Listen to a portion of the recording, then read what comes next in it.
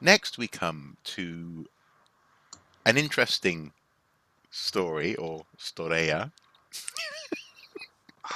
I I, understand. I do apo- I do apologise to our viewer for that one. It's normally me that does the appalling puns.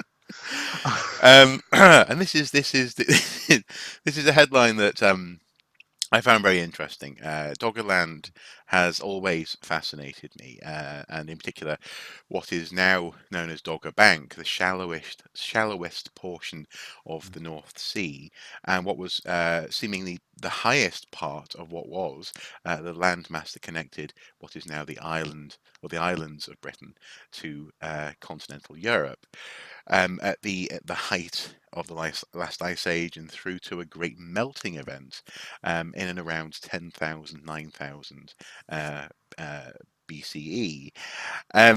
And this particular story is a development, a research development that has examined the particular timeline of how that mass of land that effectively connected as far as northern England through to Denmark as one big landmass, how that landmass became what we now know as the North Sea.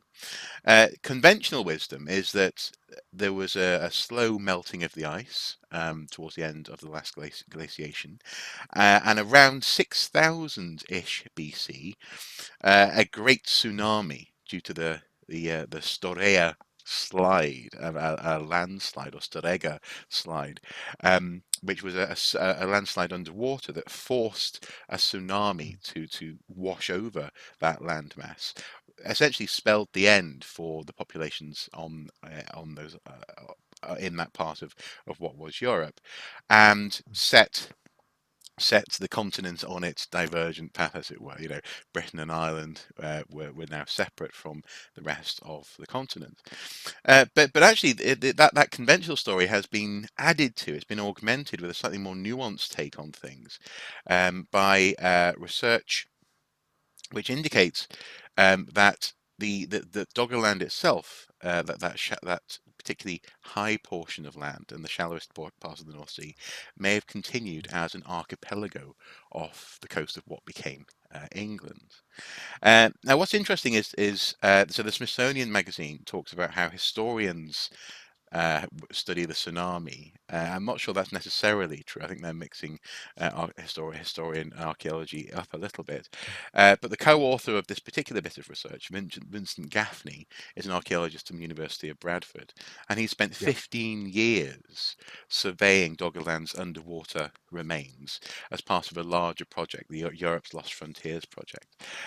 Seismic yeah. mapping was used, computer simulations, and other techniques have identified the fact that not only what did this island that was left over become an archipelago and eventually disappear under the water, but also there's a strong implication that the tsunami wasn't as devastating for coastal communities, no, sorry, for people inland from the coastal communities as we previously imagined. Um, I mean, this has other implications as well, but what do you take away from this? I suppose as a non-prehistorian in that sense, technically. What I yes, what I find fascinating about this, and a number of things. First of all, you quoted Smithsonian, I think there. Mm, In fact, the principal article about this is an article called "A Great Wave: The Surreya Tsunami and the End of Doggerland." hmm And it's published in Antiquity, and it's under open access. So again, Oh, all right. credit to Okay. the to Antiquity Yes. for that, Oh, yes. There you because go. it I is a have the link here. fascinating story. Yeah. Sorry. Um, no, what I take away from it and is the increasing ability of archaeologists, and we're seeing this in issues like dating as well, Mm, um, which is to tie down events in non-literary antiquity to decades, sometimes even years. And in a case like this, something that would have taken the place in a matter of hours. Those of you, those of us who remember the Boxing Day tsunami in 2004, hmm And I remember it very well because we lost colleagues and members of their family in that event. Oh, okay. Yes. That was also triggered by an underwater landslip. This in that case in the Indian Ocean. Mm, So this is a very live, very vivid event mm, that has been identified by some really, I think, some very smart research, and it's to be applauded. mm, The implications of it are fascinating. I mean, one of the hypotheses that's being put forward here is, for example, that while the land bridge between what's now Denmark and what's now the east coast of England might have disappeared, what you might have had left after the inundation was an archipelago of islands that would have enabled the kind of island hopping that we know took place in, for example, again in the colonization of the Pacific mm, archipelagos, um, could have enabled people to make a shortcut really across, not having to cross the Channel land bridge that mm, existed for a while longer mm. between northern France and the Kent coast. So there are all sorts of very interesting implications again, which might work themselves out in the archaeology as people start to look at things like typologies and so on, Mm. and tool use and all the other questions that archaeologists ask themselves about prehistoric sites. Mm. So as somebody again who's always been fascinated by maritime archaeology and boats and ships and the history of our interaction with and use of water to get around. I'm again fascinated by this. So no, I think it's a land. It sets a mark in time for a major event, but the implications of that will take a while to work through, and it'll be fascinating to see how they do. Yeah, and it's interesting because it looks as though this was a very particular little slice of time. Was I say a little slice, fairly sizable slice of time, but nonetheless a slice. In so much as is quoted, as Gaffney says here, told the Guardian, if you were standing on the shoreline on that day 8,200 years ago, it's no doubt it would have been a bad day for you. Um, but that many people, potentially thousands of people, might have died in that event does not mean that everyone disappeared from what Yeah, was Doggerland. The scientist noted that this revised history of Doggerland could shift scholars' understanding of how humans arrived in Britain, and that the first Neolithic farmers could have been island hopping, and maybe even actually mm, spreading out from the people who have been living there for a long time might have spread out as well from those islands as well. yeah, Now, the reason why I mention this so specifically is that that was between 8,200 and around 7,000 years ago. So within 1,200 years, which sounds like a long time, but is also isn't a huge amount of time in terms of the grand human story. That yeah, island disappeared below the waves and is now basically a very shallow mm, portion of the North, well, relatively shallow portion of the North Sea. But yeah, what we probably need to just warn against is, I suppose, a sort of Atlantean idea of the northern world, because I'm sorry, you coughed so loudly that I didn't even know what you said. But this uh I've seen in previous conversations and previous videos that I've done about Doggerland, people say, oh, that's where my people came from, and other people just have single word comments, Atlantis. Um, yeah, we're not talking about a rarefied group of people who then suddenly spread out into the world after their civilization was ruined. These are people who had been moving in and out of Doggerland for hundreds and thousands of years before then, and then suddenly found themselves isolated. And I think that's important just to note, isn't it? it is. It's very easy for people who don't know the subject well or don't want to do the in-depth Mm, reading to make it to take a simplistic view. Oh, there was a great flood, therefore it's the biblical flood, or it's Atlantis, or it's yeah. much more complicated than that. Mm, Um, but I mean, what is fascinating about this is these events continue to have over the imagination of people. I mean, in the case of Doggerland, it's a story I've been following really since the first publications. Gosh, must be a decade ago now at least. hmm And so I've got a copy of the first full length book that was produced by Vince Gaffney and people working on that project.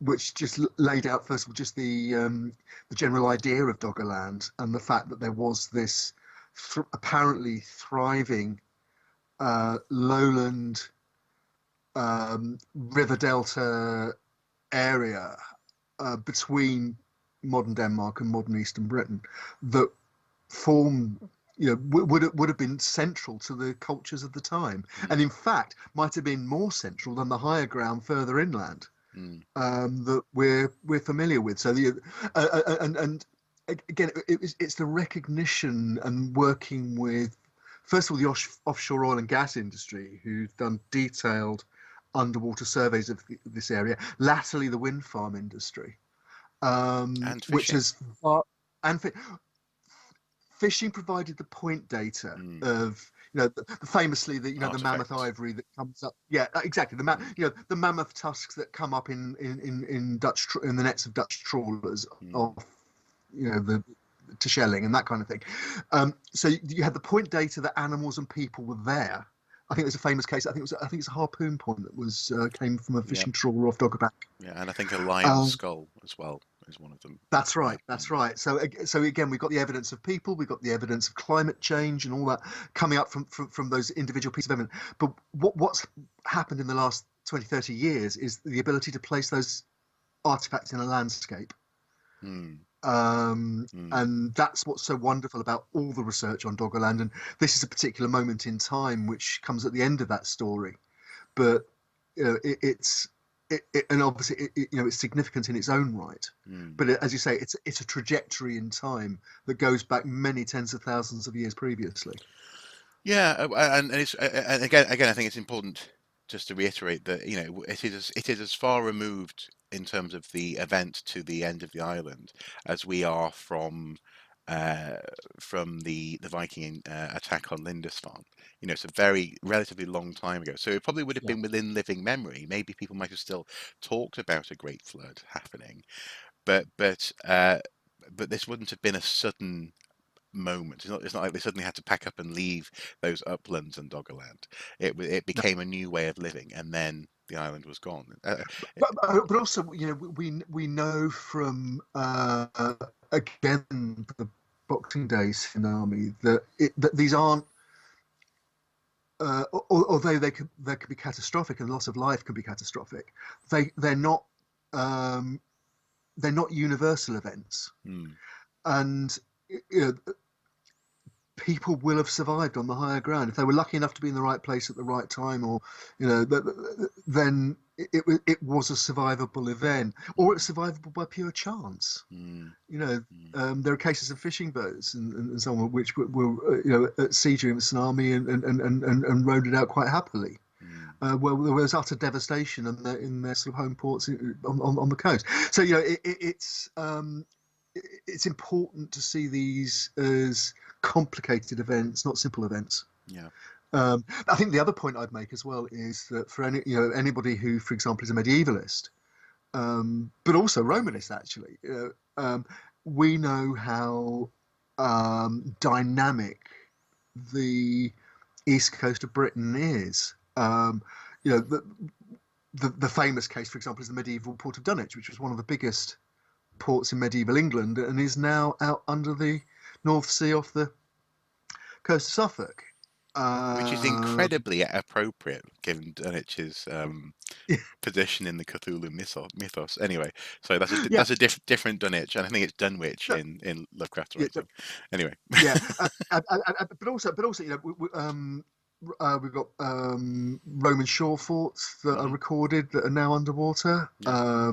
We have And World War Two emplacements which are waterlogged. indeed, as Mm, Chris Kalenko's recording mm, on that particular part of the coast, the World War II coastal crust is now no longer the coastal crust; it's the beach. yeah. Mm, yeah. Yeah. So these are in that sense dynamic landscapes by Absolutely, definition. Yeah. absolutely. Mm, Yeah, yeah, yeah. yeah. Interesting. Yeah. So I very much appreciate that addition to the story. Definitely.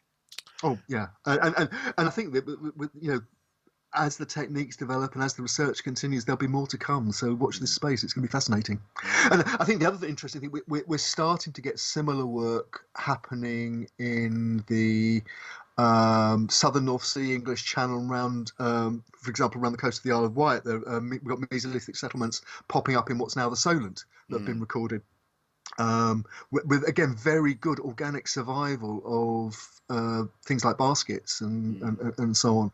So things that were never expected in the past.